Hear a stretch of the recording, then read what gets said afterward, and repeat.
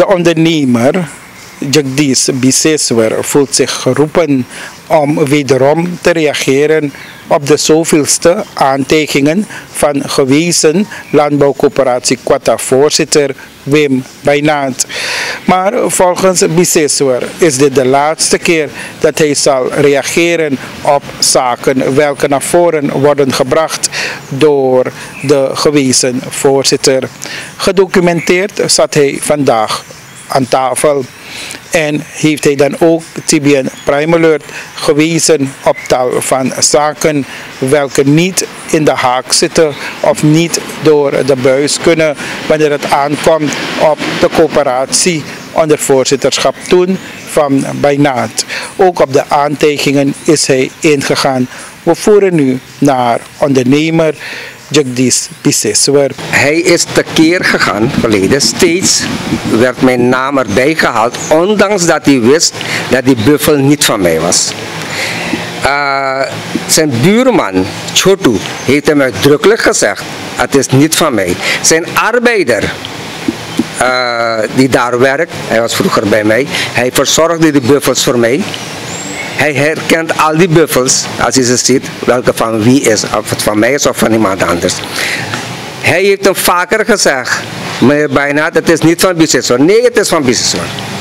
Dus hij heeft persoonlijk iets tegen mij, maar ik wil hem wel zeggen, meneer Bijnaat, hou die persoonlijke dingen, want als ik persoonlijk word, ik heb hier bewijzen waar jij gesjoemeld hebt in de coöperatie.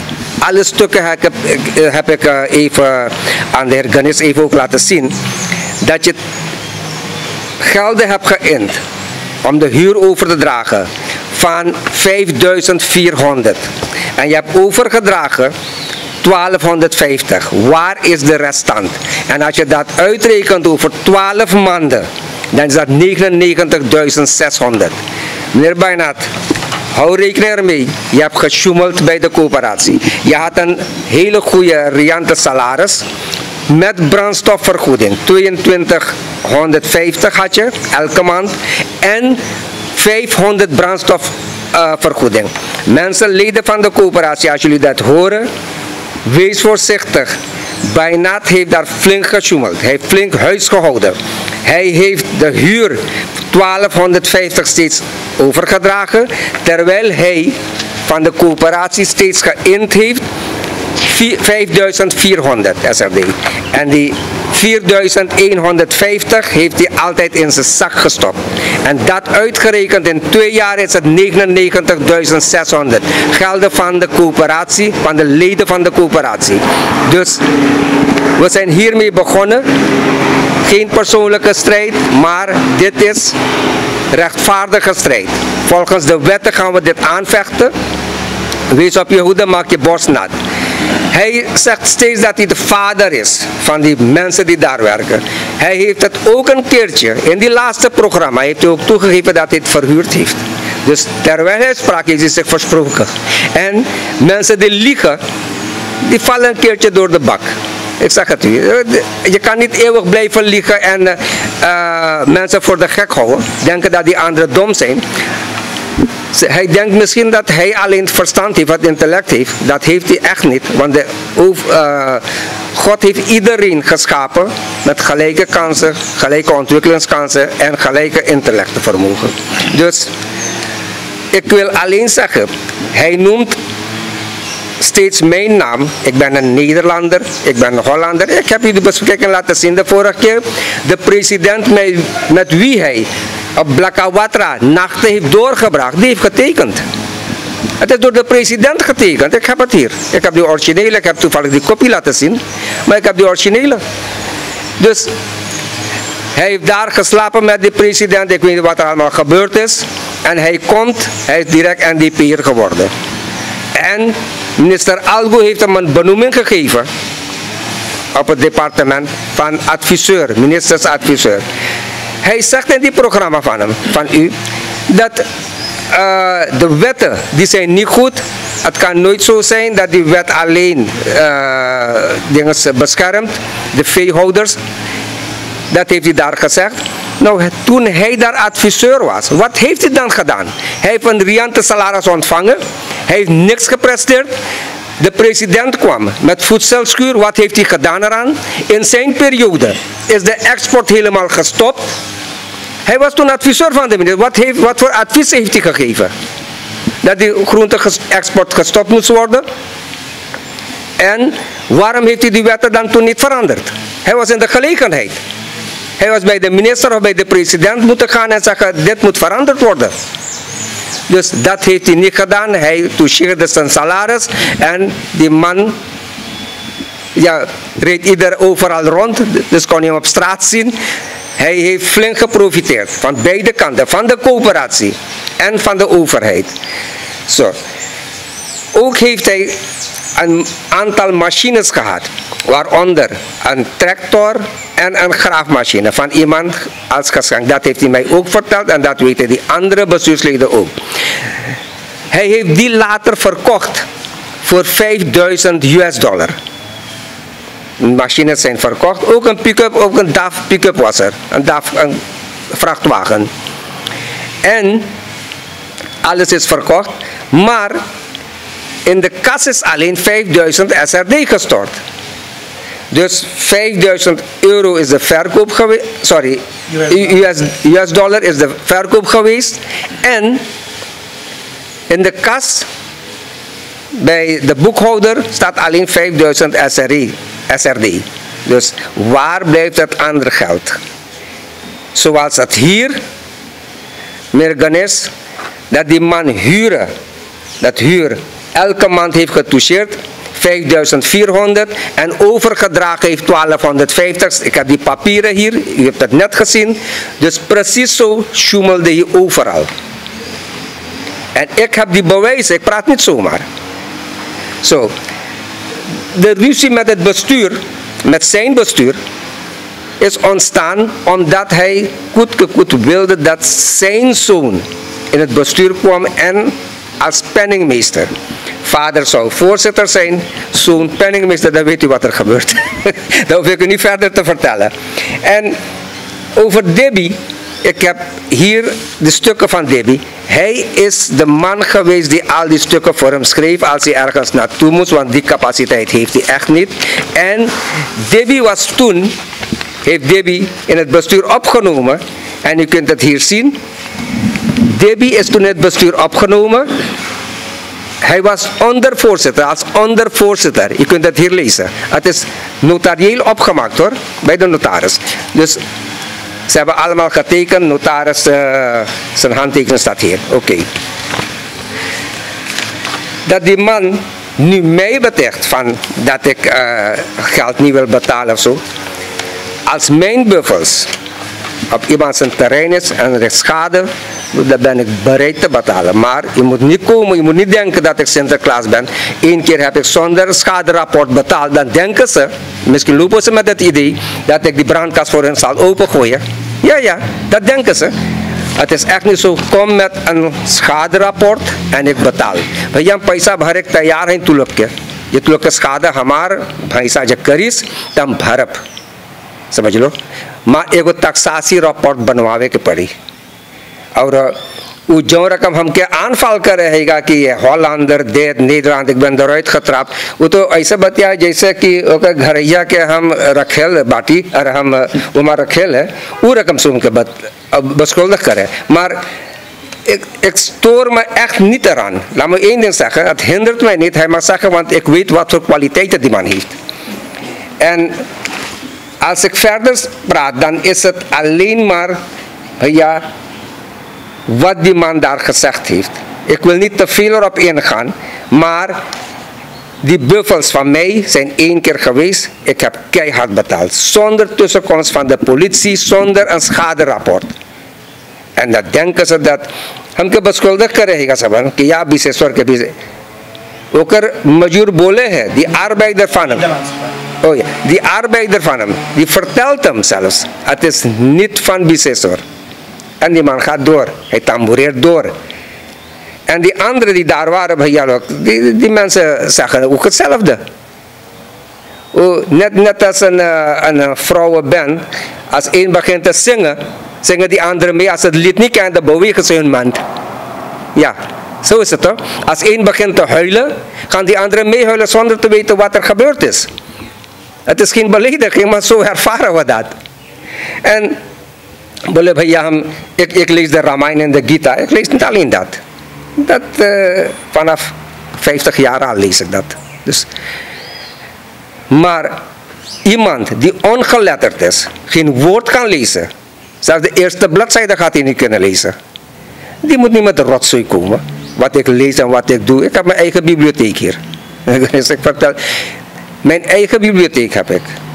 En wat ik lees, wat ik niet lees, dat gaat hem helemaal niks aan.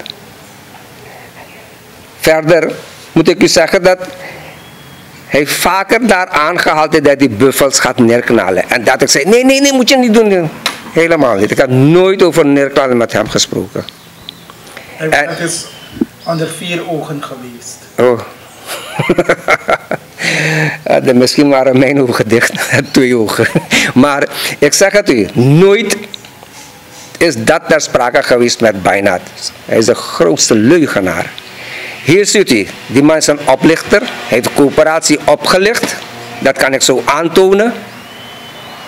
Die man heeft coöperatie opgelicht. En is een vuile oplichter. Niet meer dan dat. En nu gaat hij liegen dat ik met hem gesproken. Ik heb nooit met hem gesproken. Ik doe geen dier kwaad. Op mijn erf mag u geen leguaans vangen. Mag een kikker niet eens doodgemaakt worden. Ik zeg het u. Al die honden wat is iets 6 heb ik van straat gehaald. Allemaal, geen één heb ik gekocht en ik verzorg ze heel goed. Een hele pot eten is al klaar voor hem. Dus ik ben echt een dierenliefhebber. Maar dat hij mijn beesten gaat neerknallen, wie dan ook, broer, dan vraag je om problemen. Dan vraag je om problemen. Ik ken de regels een beetje. Wat er met jou gaat gebeuren, weet ik niet. Maar het zal niet zo prettig zijn. Dus die ene keer heb ik wel betaald. Maar zonder politierapport, zonder de taxaties, ga ik die mensen niet betalen. En daaraan hou ik me vast. Daarvan ga ik niet afwijken.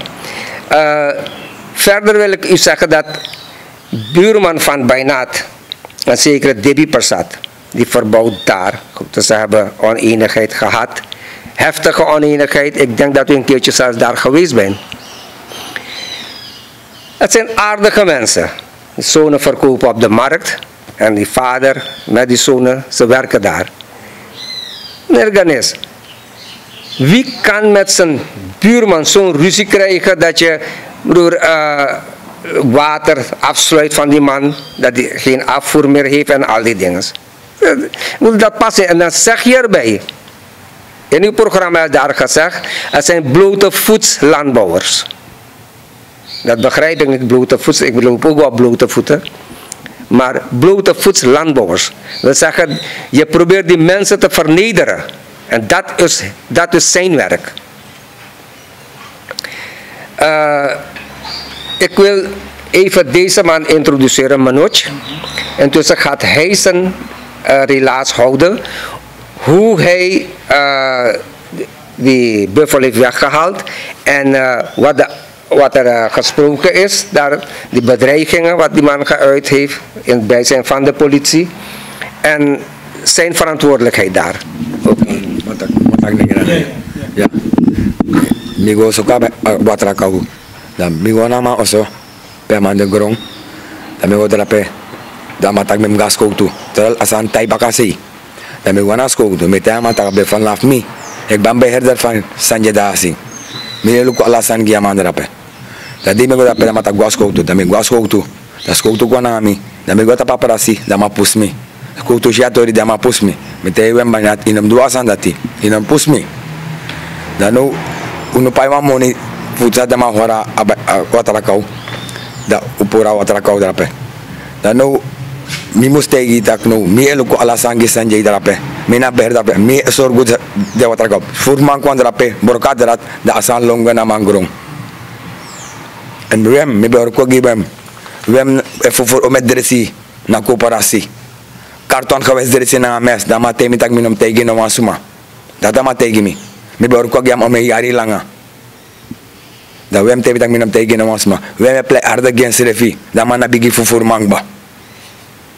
Da ya, mi da kwam kima da ma fetanga mi sora matak sanjay ta sing bim tu watrakau. Dat me makamem plus mi sorgu alama lagi ama plus mi eluku aher gorenga ama nemos muila kamang ama mus konami ya teman ama mus konami da mango bel sanjay estoramang ama ne luku gisun ama go luku tramasun dat enso ne harak prasi edweri oso na wakarbe was stif sun famang mi takala sa pirbo sunu nuja sabi to mi ne freda ma ama suku fredemi dat natorif mi ja meneer. Ja, over die zoon van hem. Hij probeert een jonge ondernemer, hardwerkende ondernemer. Soms zit 10 uur 's avonds als ik naar die buffers ga. Soms zit ik thuis en ga ik even rijden. Het is mooi weer, weg is goed, dan rij ik even. En dan zie je die jongen daar, een jongen van 20, 22 jaar, zie je daar op het veld. Dus dat zijn de lavaria's hoor. En dat hardwerkende jongen, dan ga je hem proberen kapot te maken en te denigrerende opmerkingen maken. Hij moet in de schoolbanken zitten. Die van hem heeft in de schoolbanken gezeten, maar wat doet hij nu? Zit toch ook op het veld? Dat heeft hij toch zelf gezegd? Hij doet aan landbouw. Deze jongen is een goede ondernemer. Hij is bezig met de export van zijn vader. Hij exporteert ook, hij plant ook, deze zijn de arbeiders van hem. Dus een aantal arbeiders heeft ongeveer 200 koeien. Ja. Meneer, ik zeg het u, ze hebben daar ongeveer 200 hectare land. 200 koeien ongeveer. En hij is een van de arbeiders van hem, voorman. Maar je gaat niet denigrerend tegen een jongen van 22 jaar. Kom tegen ons praten. Ik ben zo gelijk, laat hij bij mij komen. Ja, dan zal ik hem naakt uitkleden. Ja, daar ben ik in staat. En ik ga voor niemand uit de weg. Ik zeg het u, ik ben een keiharde. Voor niemand dan ook niemand. Hij heeft ook aangehaald over RA. Ik had last, ik had gedacht dat ik u een keertje zou bellen en vragen, 's avonds te komen als er feest is, om naar dit geluid te overlasten. Maar ik heb toen gezegd, nee, dat ga ik niet doen. Ik heb het niet gedaan, bewust niet gedaan. En de rechter heeft geoordeeld, niet ik. Ik heb die tent van die man niet gesloten. De rechter heeft dat gedaan. Er is een vonnis, ik heb die vonnis binnen liggen, maar andere keer dan pak ik het, dan heb ik het bij de hand. En hij was voorzitter van de coöperatie. Toen hij voorzitter was, dit had ik al verteld, maar ik ga die stukken u niet laten zien. Er is een motie van wantrouwen van zijn bestuursleden naar hem toegestuurd. Een motie van wantrouwen. En de sleutels van de winkel, van boven zijn vergaderruimte, alles is hem afgepakt. Hij mocht daar niet meer binnenkomen. Wat voor een voorzitter ben je? Door de verificatiecommissie is hij zodanig eigenlijk beledigd, dat hij nu zijn mond moet dichthouden, man. Want dan heb je niet goed gefunctioneerd als voorzitter. En dit is het bewijs, dat jouw bestuursleden tegen jou gekant zijn. En dan ga je tegen een kleine jongen van, die jongen pas begonnen is, een hardwerkende jongen. Soms krijg je medelijden met hem. Ik zeg het u. Al regent, dan zie je die man helemaal nat en zo. Hij is bezig met zijn werk. Met die arbeiders. Hij is een keiharde werker, ik zeg het u. En die man probeer je dan op een of andere manier te beledigen. En deze man, ja, wat moet je nog meer zeggen over hem? Als ik zeg dat die man een vuile streken heeft. En met zijn leugens iedereen probeert te bedonderen. Iedereen voor de gek houden. En hij denkt dat hij alleen zo slim is. Dat gaat niet. Bij hem gaat alles om het geld. Het draait alles om het geld. Want je kunt het ook zien aan die honorarium van die man. Dan eist hij 500. Later eist hij 500 brandstofvergoeding. En aan die huur van die overdracht van die huur van die winkel. Hij kan dat niet eigenlijk niet verkroppen dat iemand anders vooruit gaat. Ik ben een Nederlander. Ik heb een goede pensioen. Ik zeg het, ik heb een goede pensioen. Hij zegt, ik kom hier mijn brood verdienen. Ik kan zoveel brood kopen dat ik kan zijn gezin nog verzorgen. Ja. Nee, niet dat ik groot praat heb. Ik durf nooit dit aan iemand te zeggen. Dit is voor het eerst in mijn leven dat ik aan iemand dit zeg. Ik doe het niet. Er zijn heel veel arme mensen hier. Die mensen hebben nauwelijks goed eten. Denk aan die mensen. Ga wat doen voor ze. Ik zeg het u, ik ben bij iemand langs geweest. Zijn huis lekt. Ik ben bezig. Dakbedekkingen. En ik volg uw programma. Ik heb uw hulp ook nodig. Want een paar adressen moet ik. Zeker 2, 3 mensen die... Oké, daar praten we later over. Hij was zo blij dat die stier van Dassasing dood was. Dat merkte ik aan die verhaal van hem. Dat een stier, een Brahman, dat zijn hele dure, ras-echte stieren, dat hij door een slang gebeten was en is dood. Zie je gadostraffing. Zie je dit. Zie je natuurwerk. Meneer, het is een pure pech. Je hebt labaria's daar. In de regentijd komen ze naar buiten, gaan op het hoge. En toevallig, die stier ging daar grazen en die is dood. En over de plantenkas had ik de vorige keer gesproken. De plantenkas was verkocht aan coöperatie met zaden, bestrijdingsmiddelen, kunstmest van de coöperatie en arbeiders van de coöperatie ging hij daar zaaien en planten verkopen. De helft ging naar de coöperatie en de andere helft naar dinges. Maar er was ook een kas waar hij groenten ging planten. En hij ging dat 5 uur, 5:30 s'avonds oogsten. Niemand wist wat er geoogst was.